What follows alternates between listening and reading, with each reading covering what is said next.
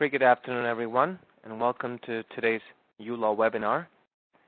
Today's webinar topic is going to be getting ready for a Law Society audit, and it has been approved or accredited rather for 1 hour of professionalism CPD credits in the provinces of Ontario, British Columbia, and New Brunswick. And once again, I repeat, the webinar title is Getting Ready for Law Society Audit, and that's the title that you would enter to ensure that you're able to get these 1 hour of CPD professionalism credits. Kindly request you to use the chat window at all times to ask us any questions that you may have with regards to today's webinar. If you have any specific questions with regards to the product and the company, kindly email us at support@ulawpractice.com. So we're going to talk about, in today's webinar, key aspects of the audit process. So like every other uLaw webinar, today's webinar has a specific agenda, starting with that very audit process itself. We're going to look at how do you, as a legal firm or a law firm, prepare for this audit process. What are the key factors or categories through which the particular review or audit happens? So we talk about the practice review. It's one of the things that happens as part of an audit, where the auditor is basically asking you for the methodology and the process that you have as a legal firm, that you're ready for practice management, client management, matter and file management. And then there's, of course, the most dreaded financial review, is where the auditor is asking you for the record keeping, the bookkeeping, and all of the documents that are necessary, including reconciliation documents, the ledgers and journal documents, both for your trust account as well as for your general account, as well as jurisdictional documents that are important, such as Form 9A, deposit slips, and other general books such as fee book, expense book, etc. Right? So, of course, there's the practice review component of an audit, which talks about the client, matter, and procedural methodologies used by the legal firm to better serve the client. And then there's, of course, the financial review of how best you manage and track all of the transactions, the financial transactions that have occurred within your legal firm that affect both transactions entering and leaving both your trust and general accounts. And of course, there are documents such as ledgers and journals and reconciliation documents that tell the story to that auditor about how well you managed this. And last but not the least, you have the technology review and the professional rules of conduct review. From a technology review standpoint, of course, the questions or best practices that are being requested out of your firm is your procedures and policies and guidelines for data backup, for management of mobile devices. How do you provide security for the client data that you store and access, whether it's in a laptop, desktop-based system, whether it's a Microsoft Excel Word document that you use for generating information, or whether it's a cloud-based legal accounting software such as uLaw that you use, or other software that you may use to manage all of this bookkeeping and record keeping. Okay? And professional rules of conduct review, of course, is the fourth last major category of an audit. And last but not the least, we're going to, of course, talk about how best to utilize the right tools to ensure the top three around practice management. That includes practice review, financial review, and, of course, the technology review as well. So just having a very high-level look at what an audit process really is and its purpose, it was truly designed to support and promote a very high-quality record keeping for legal firms within a jurisdiction. And how an auditor ensures that high quality record keeping is through the process of the audit, where specific questions are being asked of the legal professional. The answers to those questions are presented, of course, through all of these documents that we spoke about during the agenda. So it's really telling the story and the various artifacts that you use to tell that story. The story involves record keeping, especially around trust dollars, trust money, because there's a very high sense of security, there's a high sense of credibility within the legal profession, as you are one of the very few professions that has the opportunity to take money in advance in the form of a trust account payment, specifically a retainer where a client pays you ahead of time, the leap of faith with the appropriate documents in place to retain that credibility, and ensuring through the ledgers and journals that there hasn't been any indication of misappropriation of those trust funds, which unfortunately have been the situation in a few legal firms across Canada over the past few years. So to, of course, put a certain contingent and a boundary, ensuring that you're very much within the guidelines proposed by the law societies, these audits are meant, of course, to promote, also educate, and also provide you guidelines if you're not really sticking to those guidelines. It's providing you with the right track record of how you can accomplish that. At the end of the day, the expectation is that you're well aware of the compliance guidelines of the law society across the jurisdictions that you practice, and you have the right tools, techniques, process, procedures that not only yourself, but others across your firm, your colleagues and other personnel that work for your firm are also able to follow through with those same requirements.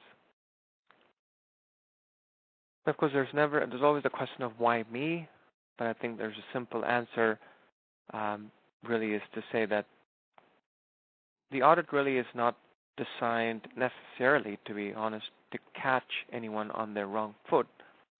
It may be the situation that certain answers aren't on par with the expectations out of the questions being asked, but it's truly designed as a very proactive measurement of how close you are to abiding and following these compliance guidelines that have been drafted and documented by the law societies. Okay? I'm sure you're appreciative of the fact that especially if you're in someone who's just begun their practice, if you're a brand new legal firm, that there are a very high chance that you're being audited within the first 12 to 18 months of you being in business.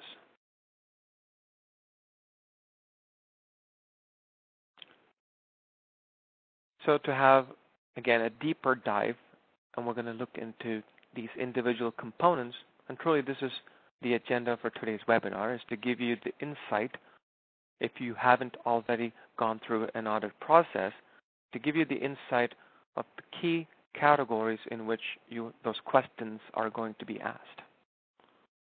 Right? It's almost preparing you for an examination and sharing with you through this webinar the major subject areas where you're going to be questioned and what you should be prepared for, and also giving you some tips and techniques of how you can be prepared for all of this right from day one. So from a practice review, we briefly spoke about that during the agenda,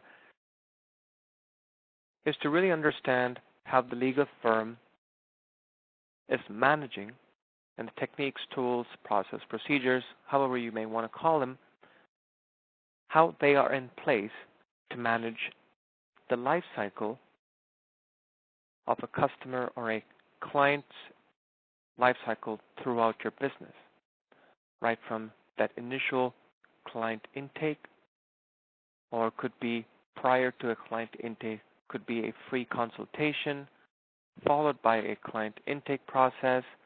How do you manage the various different workflow elements as the client passes along the lifecycle journey through your firm?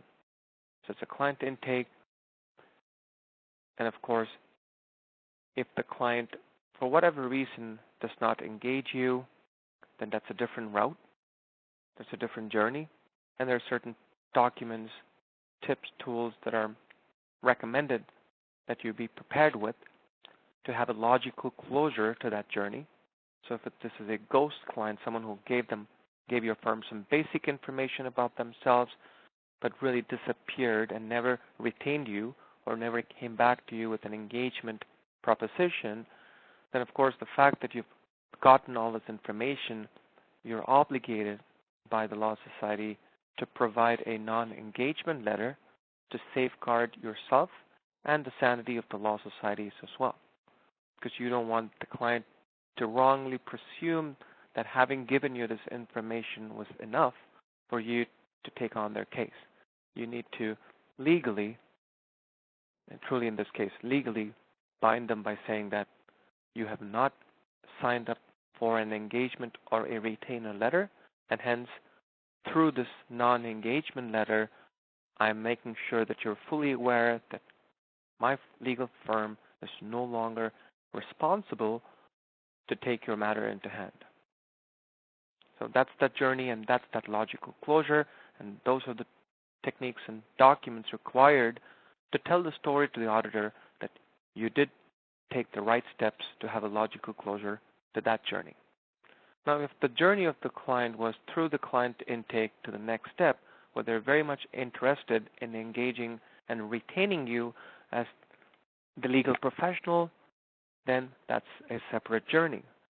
And that journey could lead where you may have a retainer proposition involved, where your firm has a trust account and you have the policy of accepting retainers, and that's the only way you engage clients, to have the retainer in place, to have that safety net, and then working on cases.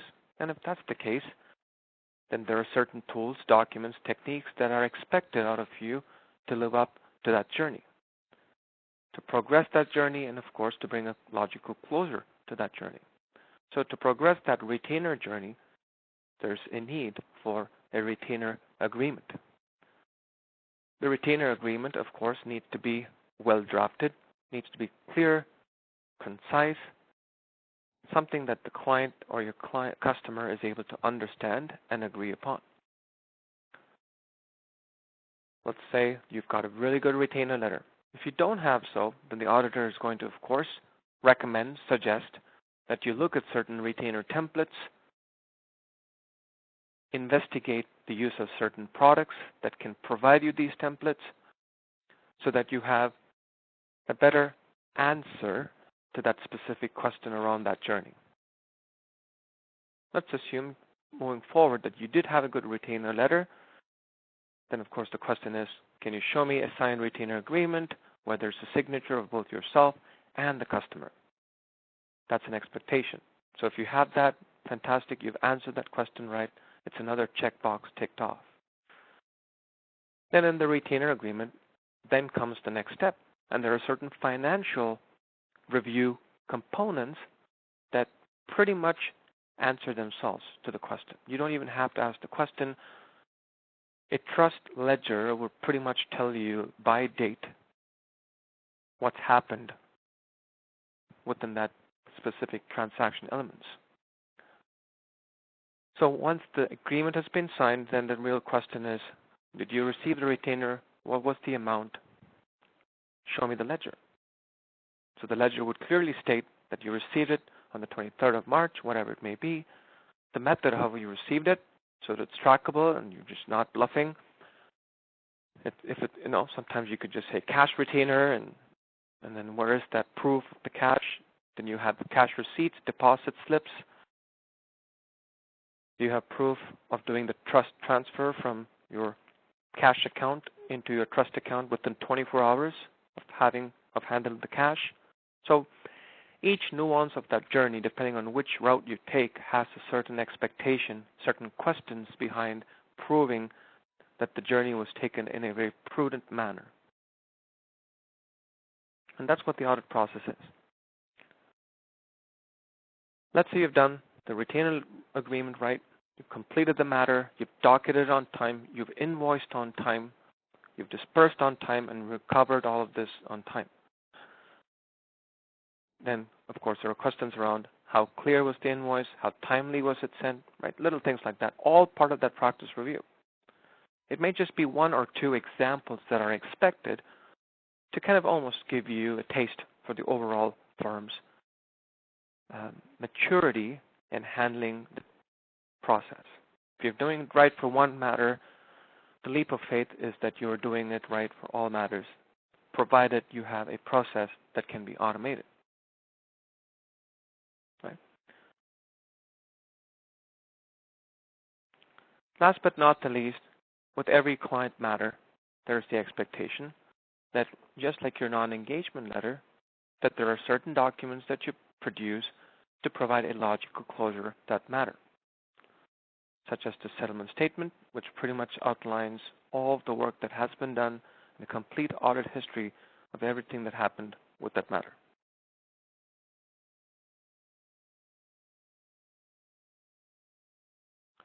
So with that, the practice review has a very good chance, if you've really answered many of these questions of how you're doing it today, it may be something that you can focus on in this particular time that we have for a lot of reinforcement and improvement. These are some of the questions that you may want to have the right answers, have the right documentation, techniques, and process in place. And as I mentioned earlier, the financial review really comes next, which, and in fact, let me just go one at a time. Okay. So as part of the practice review, we recommend that you have a checklist, if possible, if that helps, to really maintain that you're taking the right steps, the right techniques, process, procedures, especially if you're doing this on a manual basis. If you have the right tools, products, systems, and these systems may already provide you with these checklists, may also enforce you to abide by the compliance rules. But if you're doing this, especially if you're doing this in a manual process, the checklist really helps. So starting with that client intake, have you got all the detailed information, name, address, phone number, whatever is required? Do you have a non-engagement letter to begin with? Do you have a process of managing ghost clients and tagging them accordingly? Once they become a client, do you have the right retainer/engagement letters that can be delivered to your client at a certain expected service delivery time? Are you taking 5 days to get back to them, or are you taking 5 minutes to give them that, building that credibility?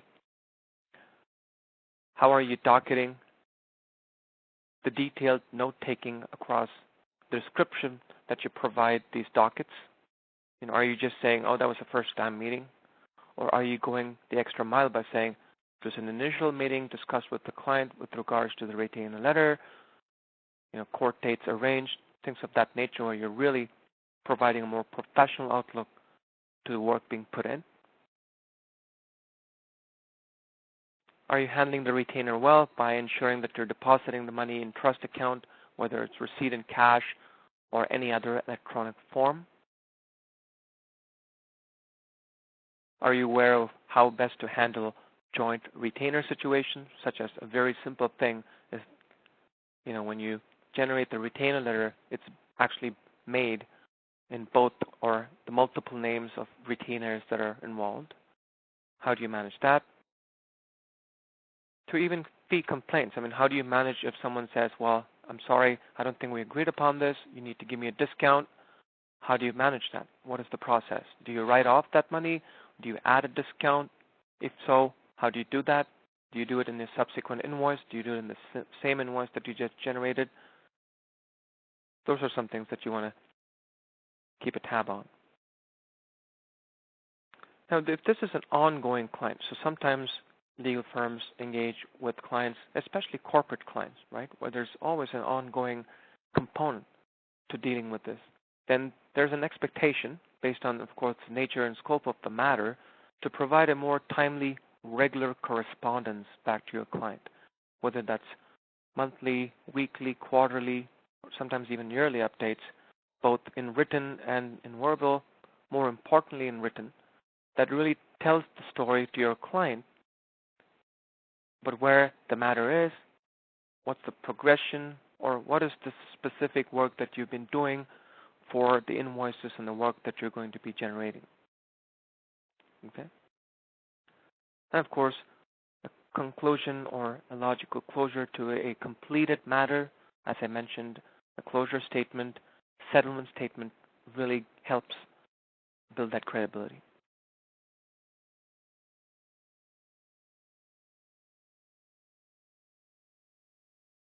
Now, getting into some of the nuances, again, I'll go into the checklist of the matter management or the file management.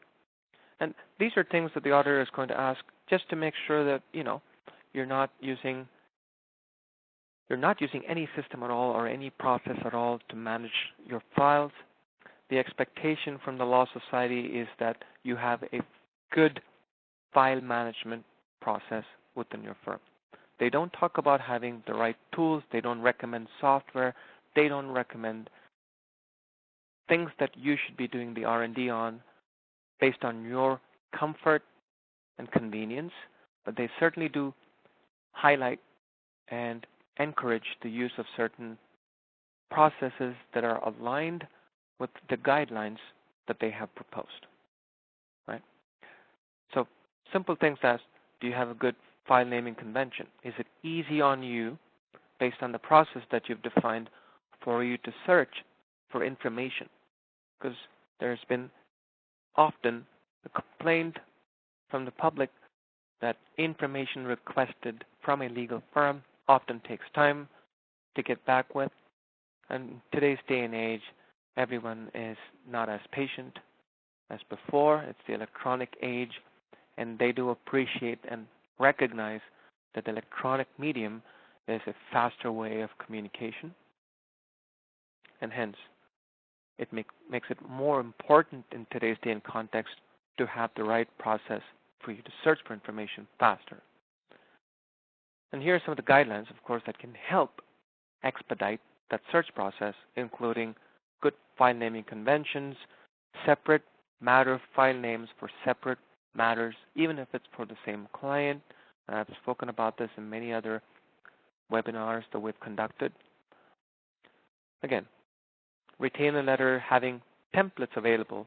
You could actually have a written template readily available as a Word document with just leaving the space on the first name, last name, and address spaces within a Word document.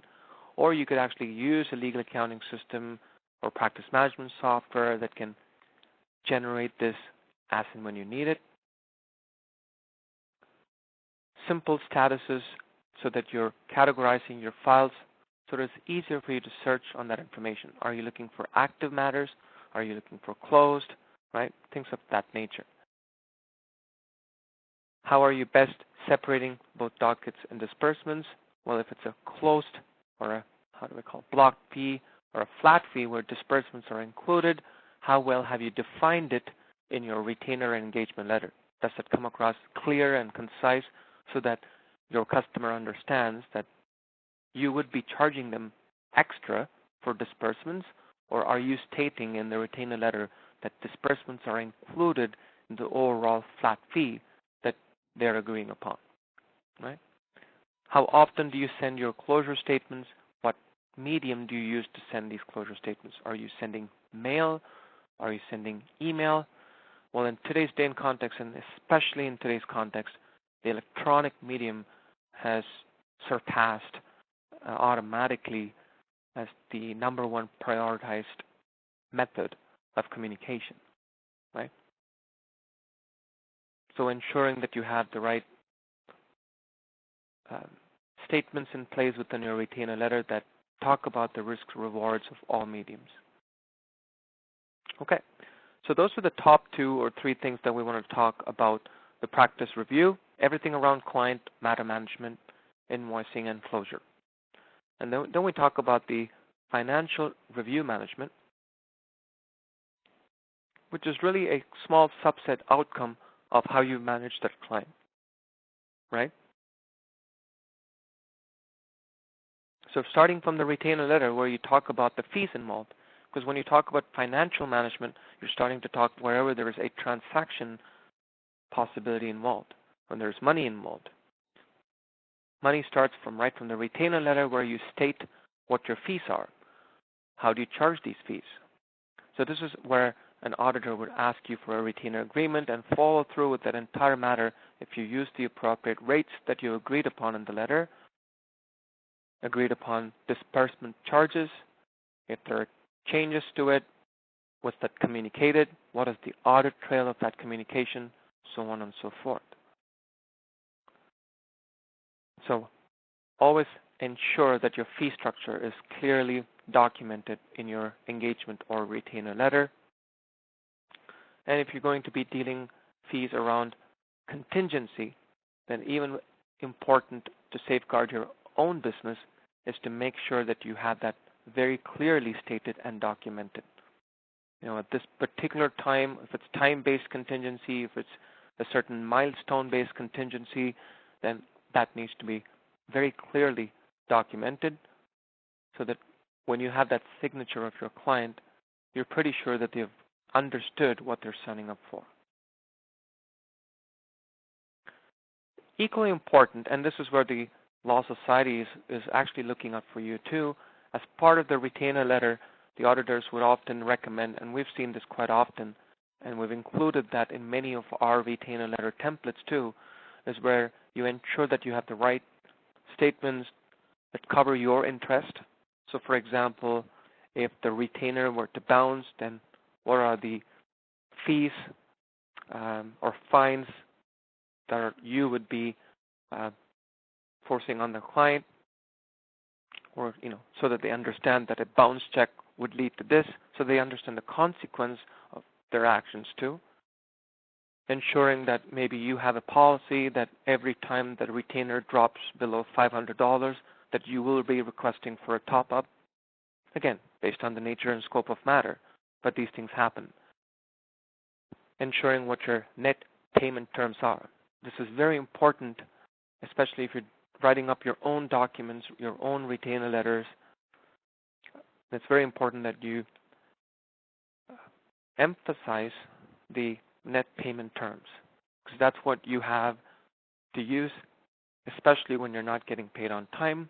So you go back to that engagement letter saying, "Dear client, this is what we agreed upon. I hope you can live up to that expectation." Now, retainer is definitely, especially on cash retainers, because the Law Society does allow you up to $7,500 of accepting cash retainers. So if that retainer is obtained in cash, then as it clearly states here, a proper demonstration of the procedures followed, of how that cash retainer was handled, and a detailed recording of the day of the receipt and the date of deposit to the trust account needs to be verified and showcased to the auditors. So you have 24 hours from the time you receive the cash retainer to deposit it into your trust account. So that audit trail is very important to be showcased. Because your bank statement would clearly say when the money was deposited, right? So many times auditors may actually ask you for a bank statement where you've said, "Oh, I got the money on the 22nd, and I did definitely deposit it on the 23rd, but maybe it showed in the bank on the 30th, and then the question really comes, did it really take the bank 7 days to reflect, or did you deposit it closer to the 29th, right? So those are types of questions that may come out of reviewing a financial checklist. And last but not the least, of course, if you are dealing with provincial taxes, if you're paying HST, if you're receiving HST or other jurisdictional taxes in other provinces, GST, PST, then how are you managing that? This is, of course, not a legal audit question. It's certainly a question that they may ask, but it's more important for you as a business to respond back to the CRA, because you have to pay your provincial taxes on time based on your schedule. I'm not going to spend too much time on this. We wanted to leave you with the taste that please do ensure, as part of that financial review management, as well as part of the practice review, the retainer agreement becomes a very important factor and an influencer in how best you can draft the life cycle of that particular file, right? Ensuring that the nature and scope of work is really clearly listed. That's very important, and I would definitely stress upon having the right verbiage around client responsibilities.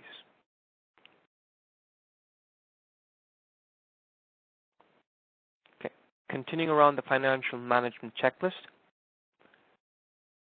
How do you manage invoices? How often do you raise? How aligned is it with the agreement in your retainer letter?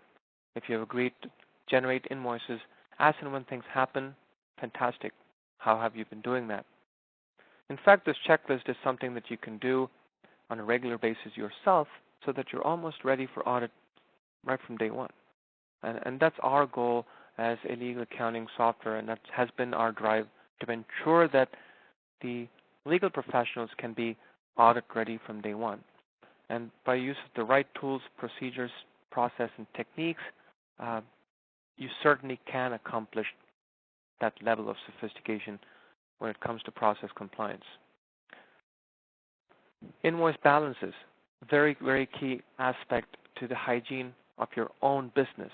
We've often helped customers, and we've seen situations where customers have accepted retainers, have done their work, have generated the invoice on time, but often fail to do that one last step, which is doing the eligible trust transfer from their trust account to the general account. Because only after you do that are you actually recognizing that revenue. So it's very key to complete every step of that life cycle so that you can make, how do I say this, revenue in a timely manner, but in a compliant manner as well. Okay? Then how do you, of course, manage disbursements? A very important component of money management, especially if you're paying for disbursements out of your general account. Very key that you're not losing money, that you're raising the invoice on time and recovering those disbursements and making it part of your revenue. Because if you're not generating the invoice, not including the disbursements in time, then you stand at risk of losing that revenue potential, because the client may sometimes not agree to pay you for those disbursements because it was not raised in the right time.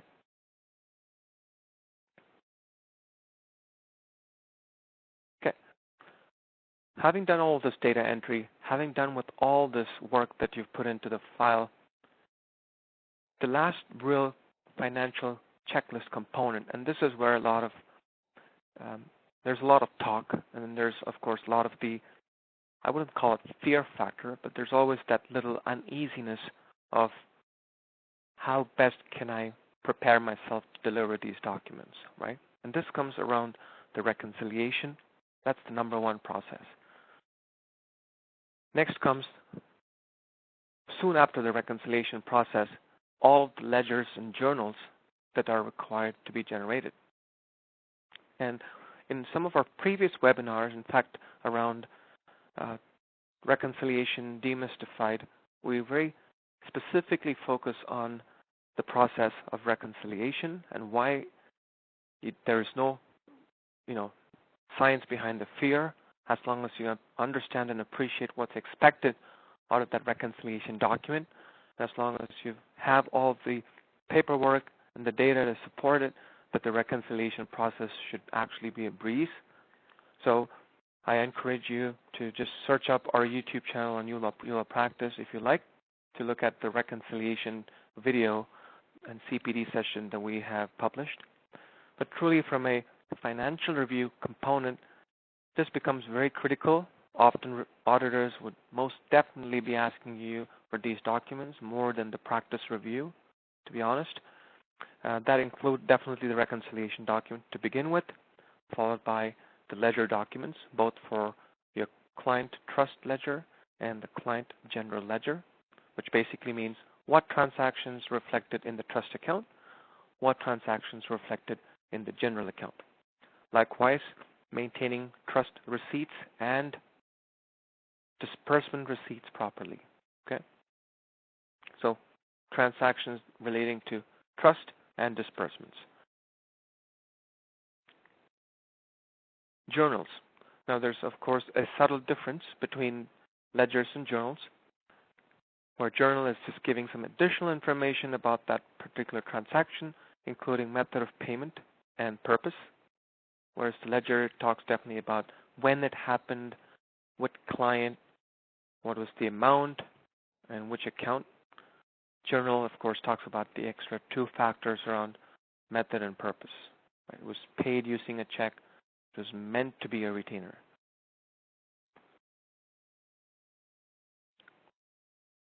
And from a general account, of course, very important that you're also generating the fee book, the expense book, and also very important, this is something that people ask for more often these days, is a record keeping of all the write-offs and discounts that you have provided. Okay? Now the expense book is very critical, and it's very important from a legal firm's perspective because it includes both expenses incurred by the firm on behalf of clients as well as the expenses incurred as an office expense to run your business. So it's a combination of both of these transaction factors, including the taxes that were paid off with regards to that expense. So it's very important, especially if you're doing this manual process, that you have a method to accumulate or summarize in a timely manner the expenses that you've incurred as an office, such as rent, law society fees, photocopies, stationery and things of that nature, laptop purchase, etc. Combining that for that month of March, let's say, with the disbursements that you've had around court fees, application fees, and you may have had a photocopy, but maybe a disbursement where it's a recoverable expense. Both of those items need to be part of that expense book.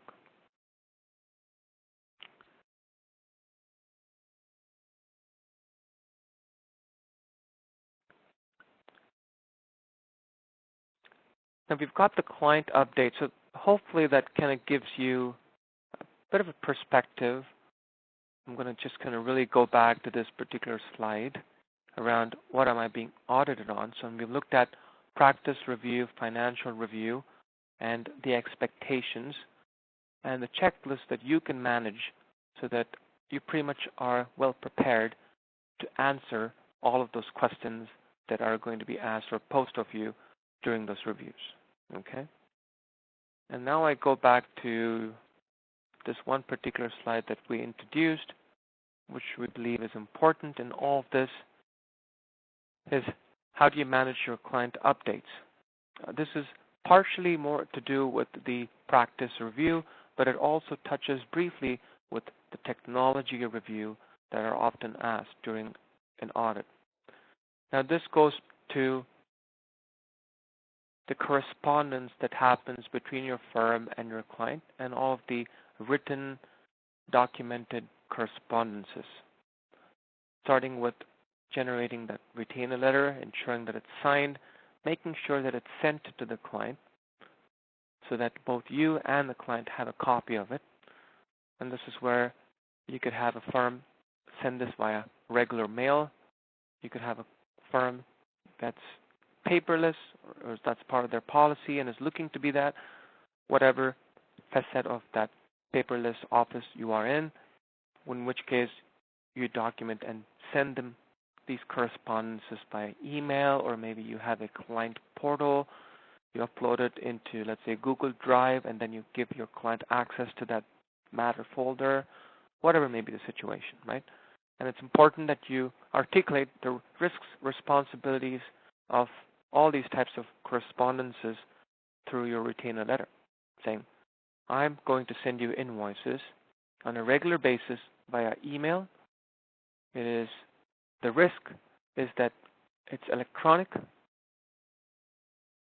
right? There's the risk of sending information electronically in today's World Wide Web. But how much does it weigh compared to, let's say, the risk that we have today as a world fighting the COVID-19, where it's almost a no-touch policy? So where is the risk reward here, right? I don't think many people are asking how secure is my email as long as they're getting it, compared to the perceived fear factor of what a letter may be, whereas even 3 weeks back, a conservative may actually think a mail is better than electronic medium.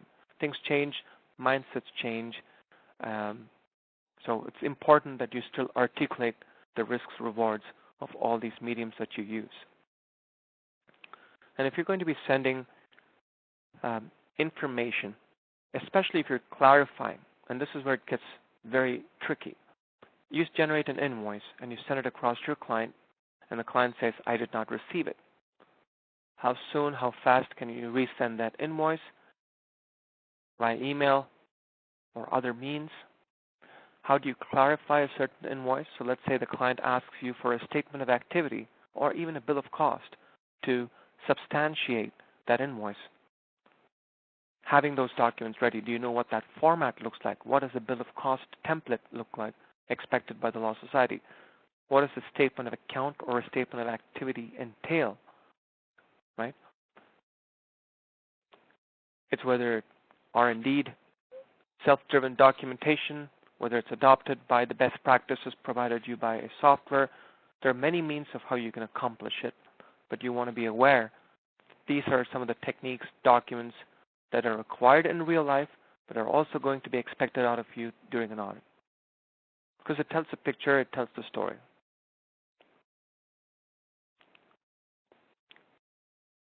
Yeah, we spoke about that. Standard procedures to notify your clients, both verbally and in writing. Matter closure procedure. And now, as subtle as it may seem, and as not so important as it may seem, it's one of the most important components of the life cycle of a file or a matter. Because sometimes what happens is if there's no logical closure, often we've heard stories where the expectations are not set, the expectations are really not closed, and for whatever reason, the client is still waiting for you to continue down the path. It's your responsibility as the legal firm to clearly articulate that having done these important steps, that your responsibility as a legal firm ends with this particular last step as a logical closure for that particular file. So that it also safeguards your interest, because maybe you should not be spending your money to continue to work when someone's expecting you to do so.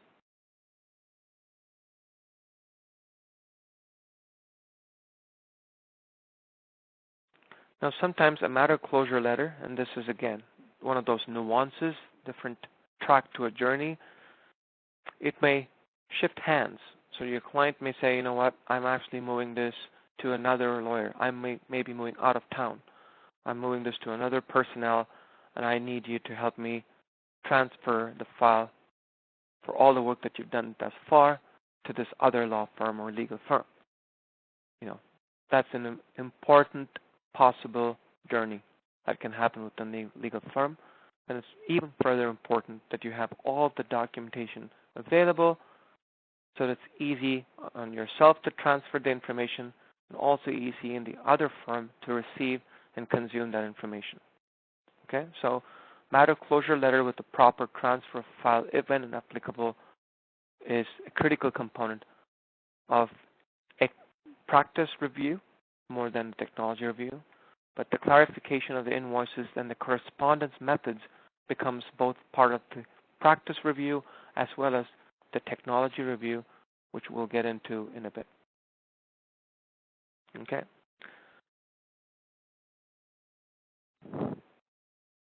Now, the technology review, keep in mind that these are the factors, and questions are important to be asked by the auditors around these factors, but how comprehensive the questions are and how in detail the answers are required to be is determined on the amount of weightage given to each of these factors, right? So you may have an examination where the first 5 questions are single marks. They're only weighted for, 1 mark. Then you may have a section B where questions are weighted for 5. Then you may have a section C where you have 4 or 5 questions that are weighted for 25 marks or 20 marks, right? Likewise, yes, there's a lot of weightage given to the financial documents. The seriousness of trust misappropriation is much larger than you utilizing a not so sophisticated technology or not having necessarily a backup policy document in your firm. But that having said that, these are questions that are still being asked.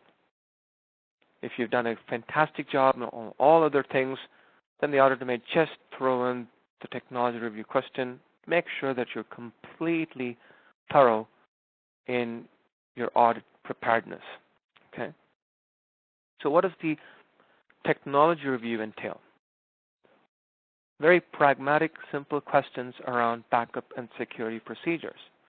How prepared are you for a situation such as today? How do you operate as a business if everything was on paper and was all dependent on people being in a physical location? How do you prepare for business continuity as a legal firm? Of course, no one was specifically talking about COVID-19, but the technology review does talk about how do you manage business continuity, how do you ensure that you have the proper procedures to back up and have alternate methods or measures to run business. And this came about where a lot of prior, and also sometimes today, you have software that's being used, you have certain tools that are being used that are all dependent on a specific device. And many times what would happen is if, let's say, that particular device were to crash, the data would be lost. And then the question really is, how do you ensure the safety of the client data? How do you ensure business continuity if that PC broke down or your laptop broke down? Now what? So that's where it came about. And then people had good plans for backup. You could do this on a regular basis. You could have your own manual daily, weekly backups of all the data to the sophisticated levels of today, where if it's a cloud-based software, then that happens automatically. It's not your headache anymore to manage the backup of the data. You could always have an offline copy of it, but so having that in place, ensuring and telling the auditor that you're currently invested in a certain toolkit that does its automatic backup, or you're invested in a certain product that's on the cloud that has clear documentation as part of your subscription agreement to be backing up your data to a certain extent, all that helps to provide the answers to that question around how do you back up your data.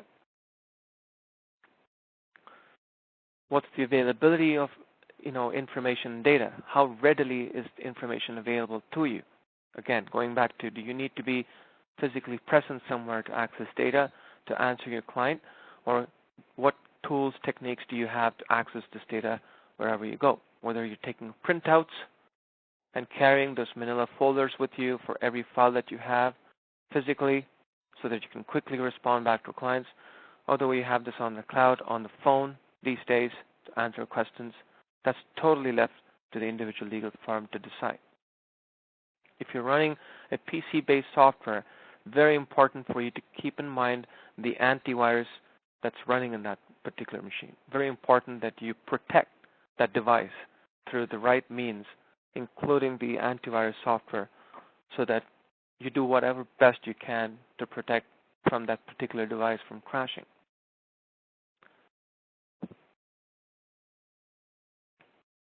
And as part of the technology review, and we spoke about this briefly with the practice review, is indicating or having the right verbiage and the right paragraphs to be part of retainer agreements and other letters where you are indicating the risk reward of using technology to your client. Okay, so especially this came about from when the correspondence method changed from the in-person mail to email. Sometimes emails are lost, sometimes emails are hacked, sometimes emails go into spam folders these days where the client may have not received the invoice for whatever reason. So clearly indicating in the retainer letter saying, I'm going to be sending you information via email. Kindly look out for the specific address or the specific email address information from this place, and do check your spam often if by any chance it's landed there. Okay.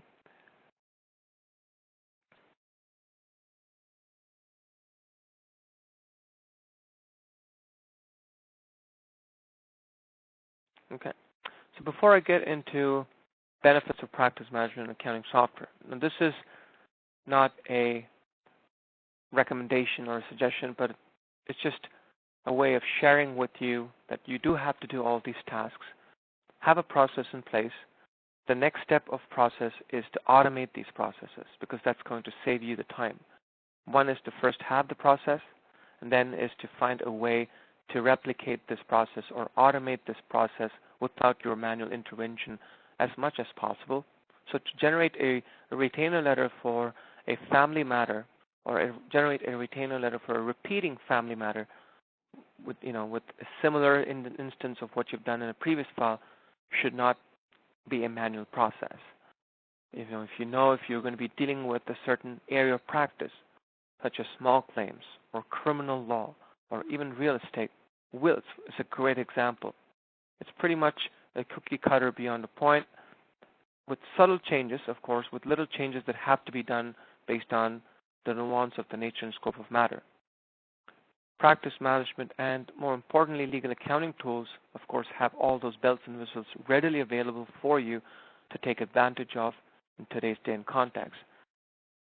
Whether that's cloud-based or PC-based, that's the next evolution, but the evolution moves from process adoption in a manual way to process adoption in an automated, software-driven way, reducing time, reducing errors, right?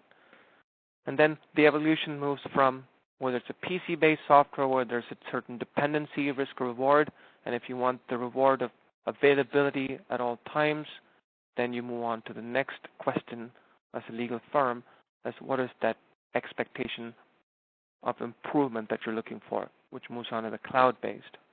And that next improvement is there a cloud-based compliance software that allows me to take advantage of all guidelines? So that's the R&D that's required, but our recommendation, actually I did say there is a recommendation, is to explore the right tools that can help automate it, and the practice management and legal accounting software certainly allows you to do that. And what it allows you to do is to be prepared for that audit from day one. Because now that you understand the questions that are going to be asked and the different weightages given and the specific areas in which these questions are going to be asked, especially around practice review, financial review, and technology review, right? It's easier once you understand the repeatability of certain documents, how easy it is then to automate the repeatability of the generation of those documents. So, for example, a trust ledger, the format of that as of today has not changed, right? It's the same template of having the date and the different elements that the auditor is looking for. They're not going to suddenly ask you for an address information within a ledger, right? There's usual suspects of how this template and how this document needs to be presented. So finding the right tools that can replicate and automate that template makes it more meaningful and lesser time of your manual involvement in generating those documents. And once you have that in place, you pretty much are well aware of the process and you have an instrument to automate that process on call and on demand. And that's where then you can start to look at how you can be audit ready right from day one. Ensuring that the data entry is done on time, ensuring that the right tools that have the certain right boundaries to restrict you from not doing mistakes. For example, the legal accounting software would certainly have the bells and whistles to refrain you from overdrawing on trust. Whereas practice management software, some of them that do not have a legal accounting component built right into it, would sometimes not be aware of how much is the eligible trust amount, and may result in allowing you to do that data entry error of over withdrawing on trust. So those are the types of, bells and whistles and checks that you need so that you can fine-tune the automation data entry of the processes. Like anything else, data in is data out. How closer to reality you can enter the data, how closer to reality you can ensure the truth of the data, and having the right process automation with the process's compliance nature in mind is going to give you the ability to be audit ready at any time. Okay. So with that, I want to really go back to the key component of today's webinar was to focus on the practice financial technology review. Of course, the fourth and last expectation out of an audit is around the professional and time management, but that really rolls up to how you use time and, of course, the expectation around CPD, having met the CPD credits and stuff like that, ensuring that you're taking the right steps is important.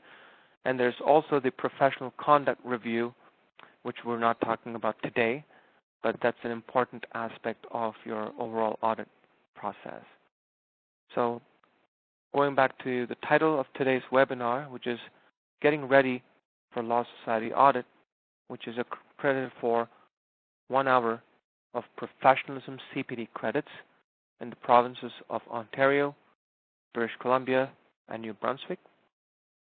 And I will pause at this stage and take any questions that the audience may have with regards to today's webinar.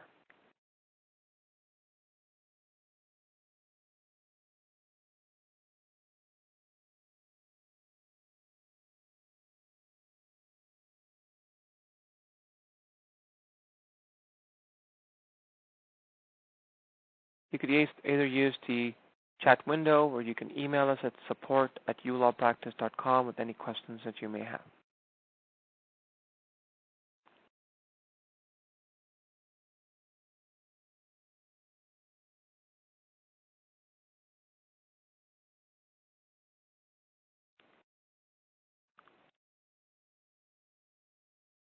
Okay, I've got a question. The question is around what is a Form 9A? I may have mentioned that as one of the documents as part of the financial review. So let me go back to that particular slide. I apologize. There you go. Form 9A. So in the province of Ontario, and again, I'm not sure which province you belong to, but it would be great if you can let me know so I can answer that appropriately. But in the province of Ontario, when you do transfer money electronically from a trust account into a general account, there is a form that is required to be filled out called the Form 9A that captures the bank information of both the trust account as well as the general account, including bank number, institution's address, the financial institution's address, the transaction, the amount, and the reason for that transfer electronically. So if you're going into your TD, RBC, Scotiabank, BMO, whatever online banking system that you may have, and let's say you're just transferring money, $800 from the trust account into your general account, that needs to be substantiated with a Form 9A in the province of Ontario. But something similar to this. So you're going to compliance Let me just generate a Form 9A, and I can do it for a specific month. It would generate all the Form 9A that I should have filled out that particular month.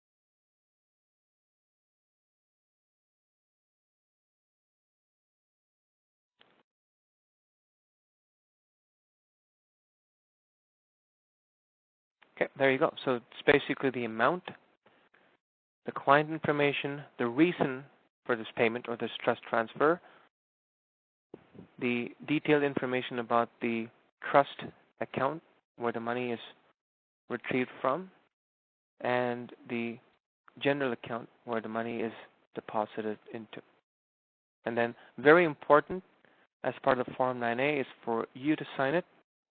And if you have your bookkeeper or accountant doing this for you, then you get them to sign this as well. Or if you're doing this yourself, then you would sign this. So hope that answers that question.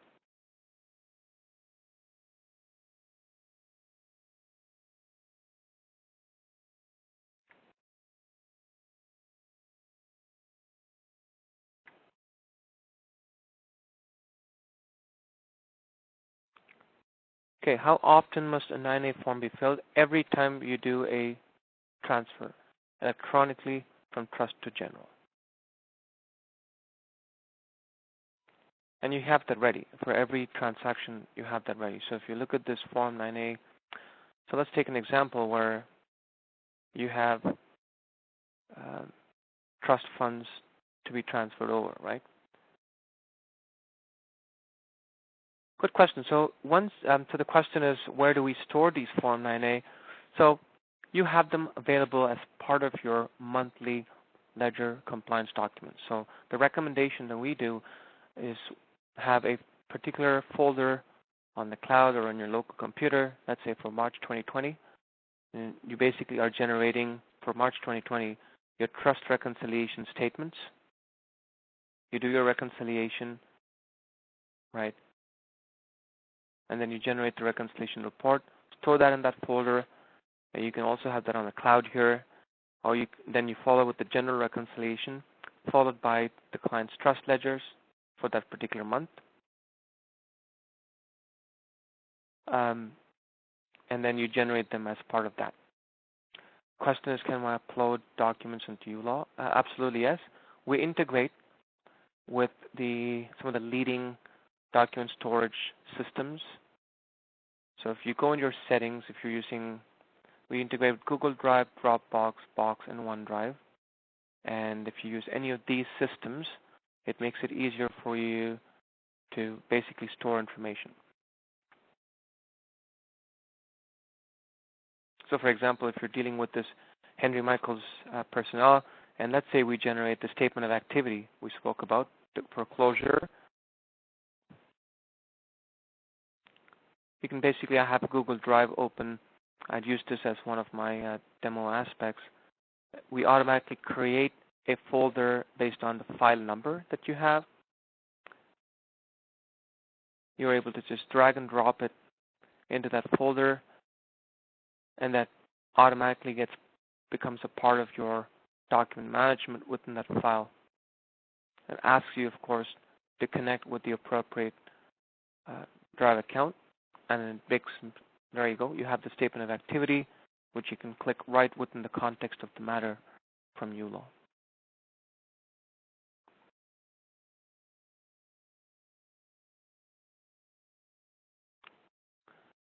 So I'm going to stop the recording, but specifically answer that question. Does uLaw have accounting features, or is it mainly for file management and invoices? Oh, absolutely. We are a full-fledged business accounting software as well. So we're a legal accounting software. We're also a business accounting software. So adding expenses is a breeze. Whether you import your bank statement or you manually enter it one at a time, you basically can just say, I just purchased office supplies.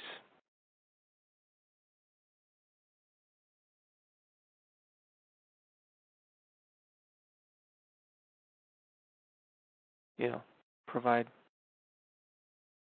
pre-tax, post-tax. Tell us how you paid for it, whether it's a general account, credit card, whether it's your own money. We capture it all. Maybe it's a debit transfer, you can do that. And there you go. And that automatically, in fact, that's important because the expense book that I was talking about, which is part of your financial management, the expense book does include both office expenses as well as your client disbursements. So, and that's why legal accounting software like uLaw accomplishes both those different facets of what a legal firm needs. So if you look at it, if you look at the last line item here, automatically it got posted as a business expense for postage and files. That simple data entry, the less than 5 seconds, automatically reflected in this compliance document. Not only in this compliance document of 728 of expenses paid, it makes it part of your tax document, which is important too. So if you generate your HST document, that one data entry has resulted automatically in 2 documents, including your HST of 728 that you paid for postage and file. So it takes the HST that you received, because this is a Ontario-based account. So it collects all the HST based on the invoices that you collected money from your clients, also HST paid, and tells you how much you owe the government.